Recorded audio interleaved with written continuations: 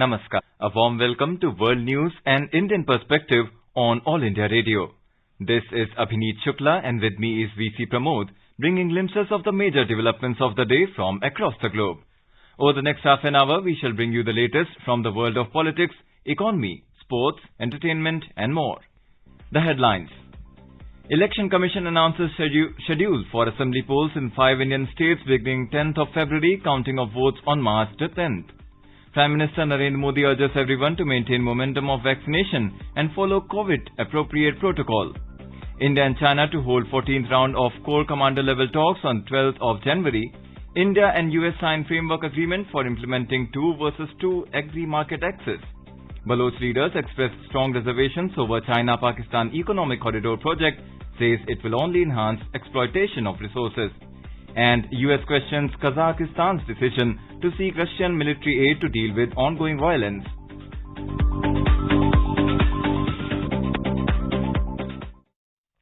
As India marches towards administering 150 crore vaccine doses against COVID-19, news about the new corona variant is a cause for concern.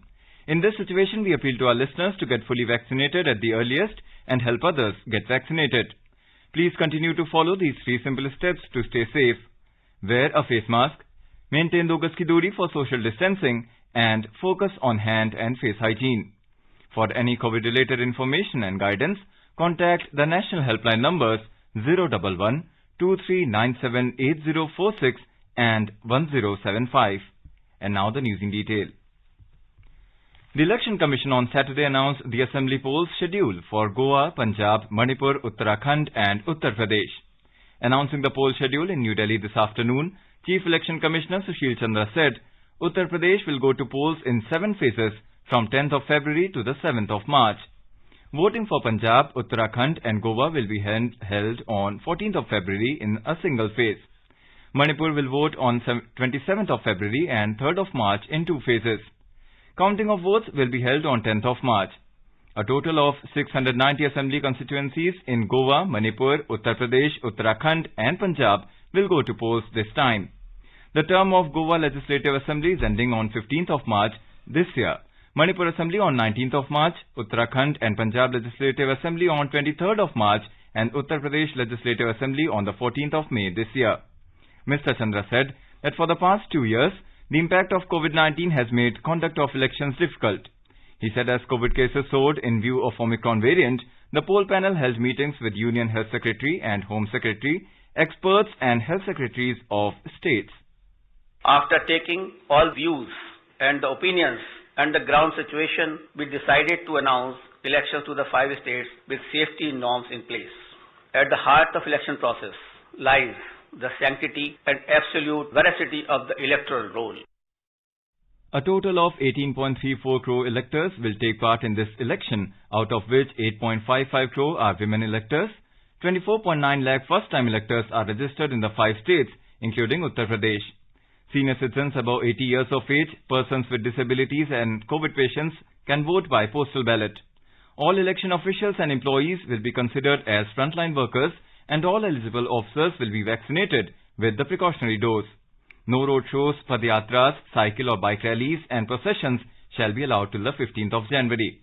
The Election Commission will review the situation and issue further instructions accordingly. Political parties have been advised to conduct their campaign through digital mode as much as possible. A maximum of 5 persons to be allowed for door-to-door election campaign by candidates. Prime Minister Narendra Modi has urged everyone to maintain the momentum of vaccination and has asked everyone to follow COVID-appropriate protocol. In a tweet, Mr. Modi expressed happiness that within a week, over 2 crore children between the age group of 15 to 18 have been administered the first dose of the COVID-19 vaccine. He urged people to continue this momentum. Meanwhile, more than 150 crore 61 lakh COVID vaccine doses have been administered in the country so far under the nationwide vaccination drive. Over 2 crore children between the age group of 15 to 18 years have been administered the first dose of the COVID-19 vaccine. India and China will hold Corps Commander level talks next week after a gap of 3 months. The 14th round of the talks to resolve the 21-month-long standoff in eastern Ladakh will take place on January 12th. Our correspondent, quoting official sources, reports Lieutenant General Onindo Sengupta will lead the Indian delegation at the talks. Sengupta, who took over as commander of the Leh-based 14 Corps on Tuesday from Lieutenant General PJK Menon, was also part of the previous round of talks, during which the Indian delegation was led by Lieutenant General Menon. The latest round of talks comes on the heels of a series of incidents that include China's move to announce its own names for more than 15 places in Arunachal Pradesh. As part of its efforts to promote Indian Ayurveda and herbal products in South China, the Consulate General of India, CGI, Guangzhou, organized a webinar on promotion of herbal Ayurveda beauty products in China. Consul General Shambhu Haki told Prasar Bharati Beijing there is a great potential in China for products related to personal care, especially herbal products. China is the second largest market for herbal products, and demand is also there, but most of the beauty products are imported. That's where the Indian exporters can fit in the supply chain, especially through cross-border e-commerce platforms to start with, as travel to China is effectively banned due to stringent border controls. India's Department of Agriculture and Farmer Welfare and US Department of Agriculture have signed a framework agreement for implementing the 2 versus 2 agri-market access issues. It includes inspection and oversight transfer for Indian mangoes and pomegranate and market access for pomegranate areas from India. It also includes market access for US cherries and US alfalfa hay. Commerce Ministry has said that export of mango and pomegranate will start from January-February this year. It said that exports of pomegranate cereal will start from April. The ministry added that exports of alfalfa hay and cherries from the US will also begin in April. Department of Animal Husbandry and Dairying has also conveyed its readiness to provide market access for US pork. It has requested the US side to share a signed copy of final sanitary certificate for finalizing the same. The India Pavilion at Expo 2020 Dubai on Saturday marked the country's vaccination drive, crossing the milestone of administering more than 1.5 billion doses of COVID-19 vaccines to people in the country. This landmark figure was displayed on the facade of the India Pavilion here today. Earlier this month, India, with a population of 1.4 billion, the second highest in the world, rolled out COVID-19 vaccine doses for those in the age group of 15 to 18 years. Those who are above 60 years, healthcare workers and frontline workers will be administered booster shots from January 10th onwards. Nepal Embassy in New Delhi has congratulated All India Radio for doubling the broadcasting time in Nepali. In an exclusive interview to All India Radio News, Nepal's Chargé d'Affaires in India, Ram Prasad Subedi, lauded AIR for launching a special program on Nepal and extended its best wishes. In today's edition of Hotspot, we have a discussion on AIR News exclusive interview with Nepal's Chargé d'Affaires India, Ram Prasad Subedi. Sir, All India Radio is being broadcasting Nepali program since 1959. Today, I would like to talk to you some historic, civilizational and cultural rich relations. India and Nepal are connected by a rich historical, civilizational and cultural linkage. How do you look at the prospects of our relations and how have they evolved so over the years?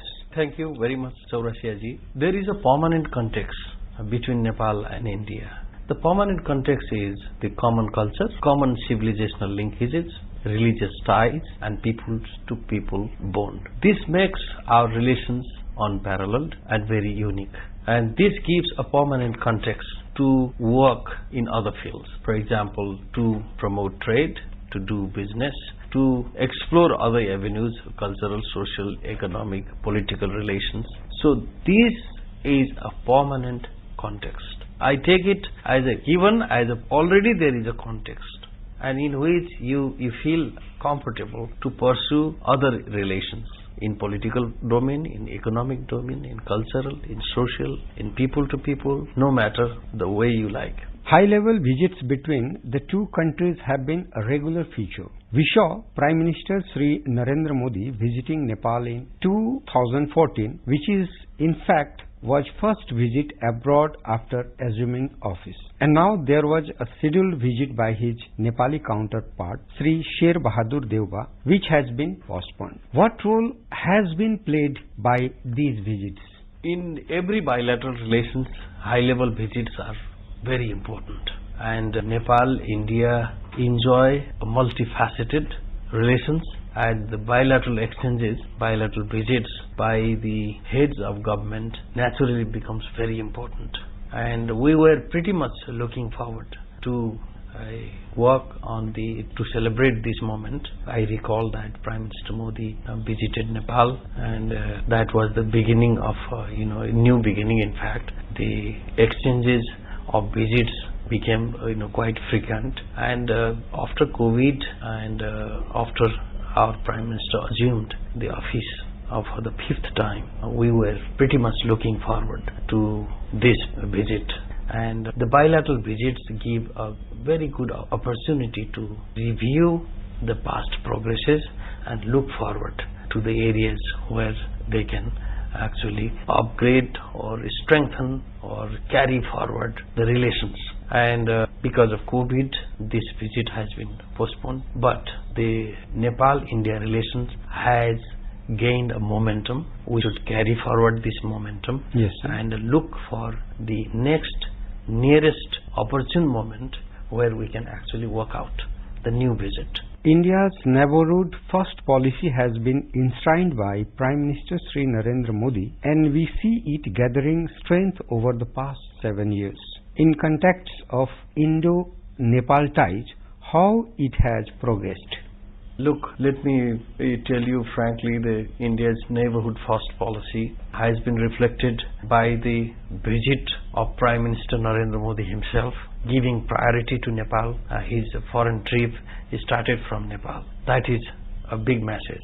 Next, when it comes to difficulties such as devastating earthquake or COVID-19 pandemic to name, we saw the generous support from India and a kind of priority to Nepal's need. And when we sit today, I just go back to a few days ago, we were densely working, very, very closely working to make this visit a success. And Prime Minister Duba was about to come, and at the invitation of Prime Minister Narendra Modi ji. This all speak loudly about the India's neighborhood first policy. It's India government's policy towards its neighbor, and as a neighbor next door, we think we are the closest neighbor of India. So for us, we have received tremendous support, priority, and partnership from India. So that is what I want to say about neighborhood first policy. Another milestone between Indo-Nepal relation is economic cooperation, which is a major factor in our relations. For landlocked Nepal, India has been among the largest trading partners. What are the new areas of strengthening the trade and commercial relations? Let me tell you a couple of things. No doubt about that. Nepal's 2/3 of foreign trade is with India, and the volume is significant. But we should diversify it. We should aid more areas so that our trade becomes balanced. So far the ratio is 1:15, which is very unsustainable. To make it sustainable and diversified, I look to areas such as service trade, such as tourism, such as energy trade, so that the commodity trade, the product trade that we are doing, trade in goods, can be supplemented by these areas. Next is, you have rightly said that our third country trade also passes through India.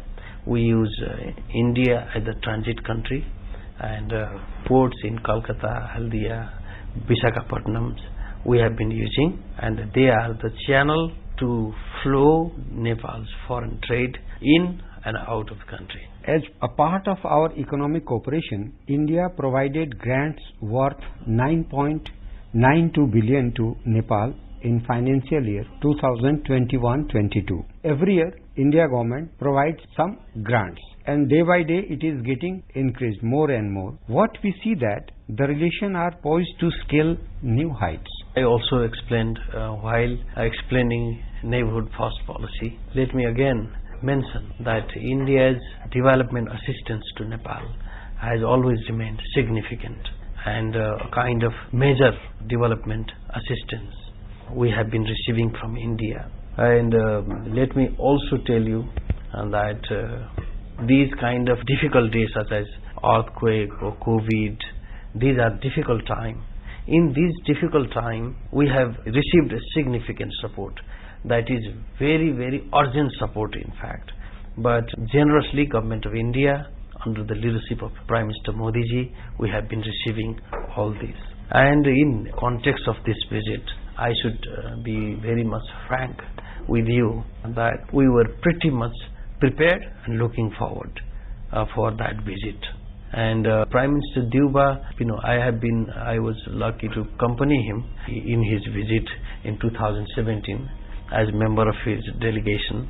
I have seen him talking to Prime Minister Modi ji and putting Nepal's agenda, and both Prime Minister have a kind of interpersonal closeness, a kind of affinity to each other. Yes. So I also look forward, I pretty much look forward that Prime Minister Deuba will definitely give a new momentum to our relations and give new takeaways, new elements, new areas to take our relations to a new level, new high. And there are so many areas that we are already working.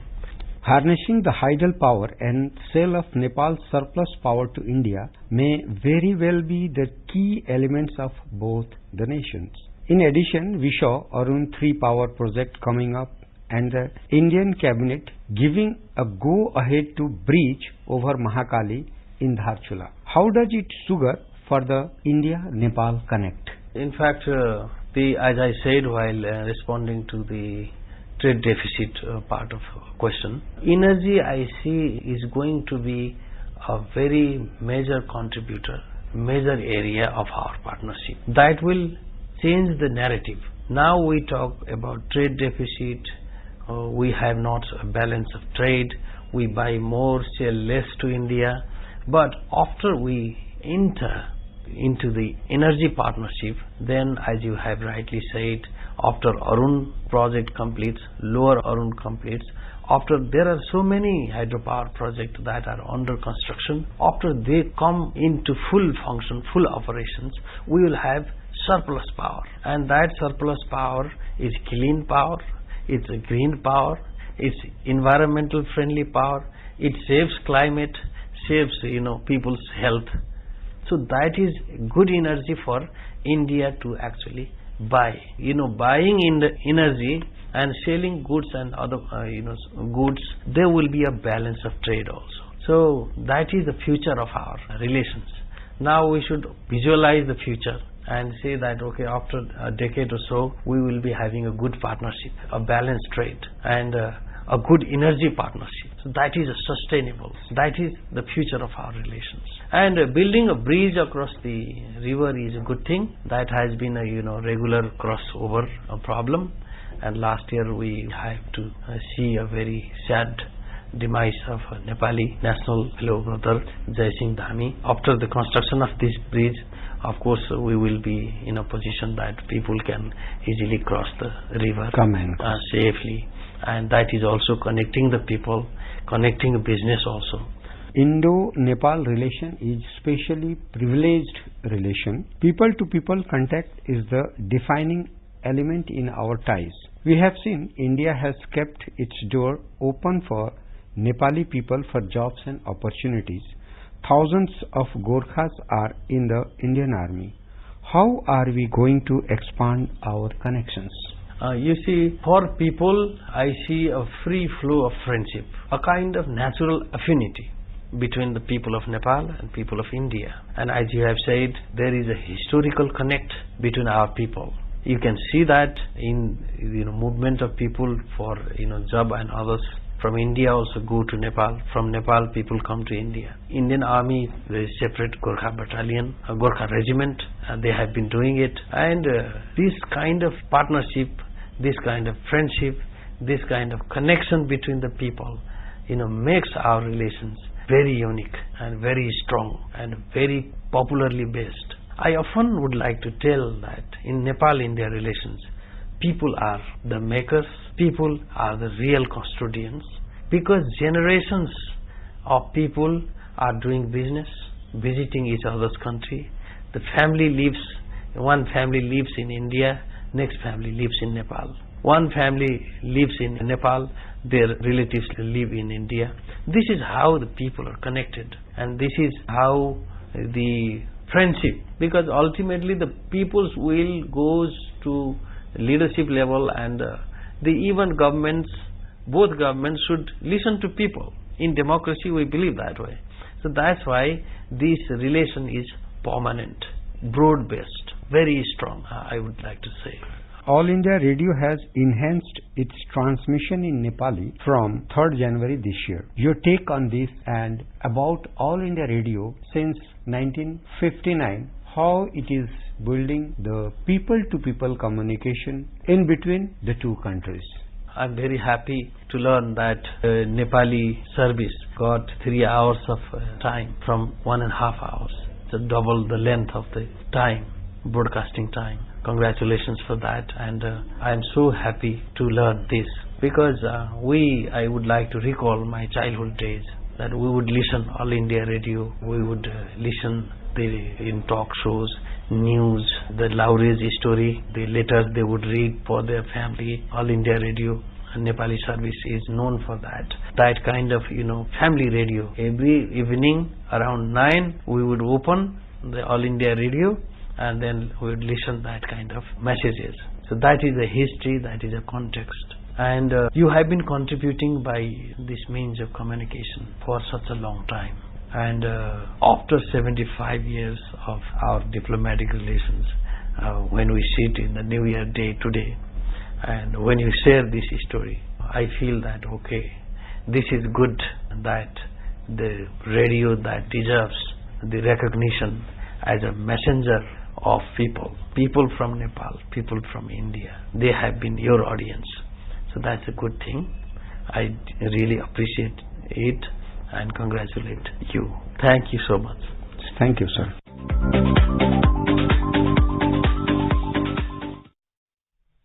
U.S. Secretary of State Antony Blinken has questioned Kazakhstan's decision to seek Russian military aid to deal with an ongoing wave of violent unrest.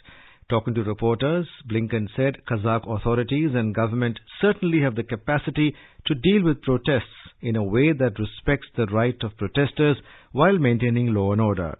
He said it is not clear why they feel the need for any outside assistance. The first of about 2,500 Russian-led troops have arrived in Kazakhstan. Kazakhstan's former intelligence chief Karim Masivov has been arrested on suspicion of treason following nationwide anti-government protests.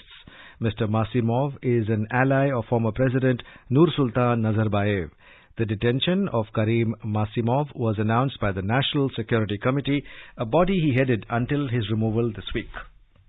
This is All India Radio giving you the news. For quick news updates round the clock, follow us on Twitter at AIR News Alerts.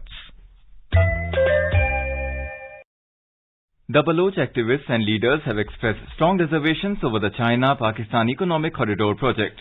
In a statement, the Balochistan Liberation Front BLF said it will only enhance the exploitation of the resources of occupied Balochistan. According to reports quoting the group spokesperson Major Ghuaram Baloch said it will facilitate Pakistan to accelerate the land grabbing and the process of forced displacement. He said it may lead to the elimination and assimilation of the Baloch population of Balochistan's coastal strip, particularly the Gwadar. Pakistan's Human Rights Minister Shireen Mazari has said that the bill pertaining to the missing persons has gone missing after it was sent to the Senate.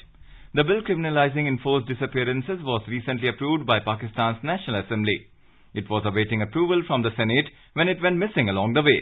Speaking to the journalists at the Ministry of Human Rights in Islamabad, Mazari said the bill regarding missing persons was prepared and was passed by the Standing Committee and the National Assembly, but it went missing after it was sent to the Senate.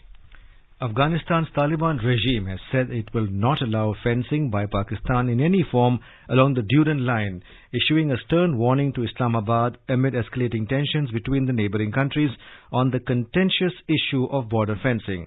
Mawlavi Sanaullah Sangin, commander of the Taliban, said that he will not allow the fencing anytime in any form. Whatever Pakistan did before, they did, but we will not allow it anymore. There will be no fencing anymore.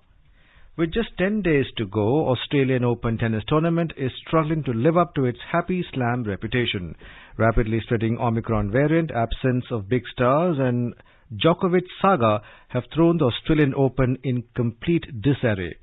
Some of the big names, Serena Williams, Roger Federer, Dominic Thiem, Stan Wawrinka, have already announced their absence from the tournament. Tennis star Novak Djokovic has thanked people around the world for their support as he awaits a decision on his deportation from Australia. Now let us take a look at the major developments around the world as reported in the foreign press. The Globe and the Mail says Canada's healthcare system stretched too thin, Health Minister says, as hospitals grapple with Omicron wave. The Guardian writes, at least 22 dead as heavy snow traps vehicles in Pakistan resort. Financial Times says America's COVID testing system buckles under weight of Omicron surge. The Wall Street Journal notes mystery surrounds absence of Kazakhstan's longtime leader. South China Morning Post reports China's Chang'e-5 lunar probe finds first on-site evidence of water on the moon's surface. The Japan Times writes, US hospitals struggle to match higher pay for nurses and doctors amid the COVID pandemic. Gulf News writes, India's Aligarh couple makes world's largest lock to be dedicated to the Ram temple. A quick look at the headlines once again. Election Commission announces schedule for assembly polls in 5 Indian states beginning the 10th of February. Counting of votes on March the 10th. Prime Minister Narendra Modi urges everyone to maintain momentum of vaccination and follow COVID-appropriate protocol. India and China to hold 14th round of Corps Commander level talks on the 12th of January. India and the US sign a framework agreement for implementing 2 versus 2 agri-market access.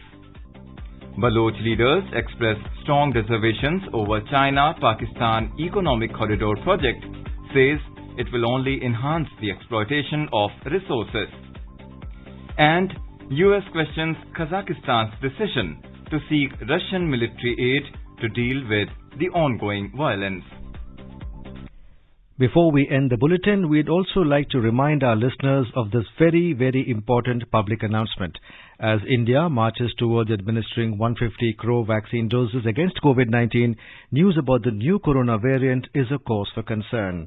In this situation, we sincerely appeal to all our listeners to get fully vaccinated at the earliest and also help others get vaccinated. Please also continue to follow these 3 very simple steps to stay safe. Wear a face mask, maintain 2 gaz ki duri for social distancing, and focus on hand and face hygiene. For any COVID information and guidance, contact the national helpline numbers 011-2397-8046 and 1075. And now, to end the bulletin, let us listen to Mahatma Gandhi's favorite bhajan, Vaishnav Jan, by artists from Belgium.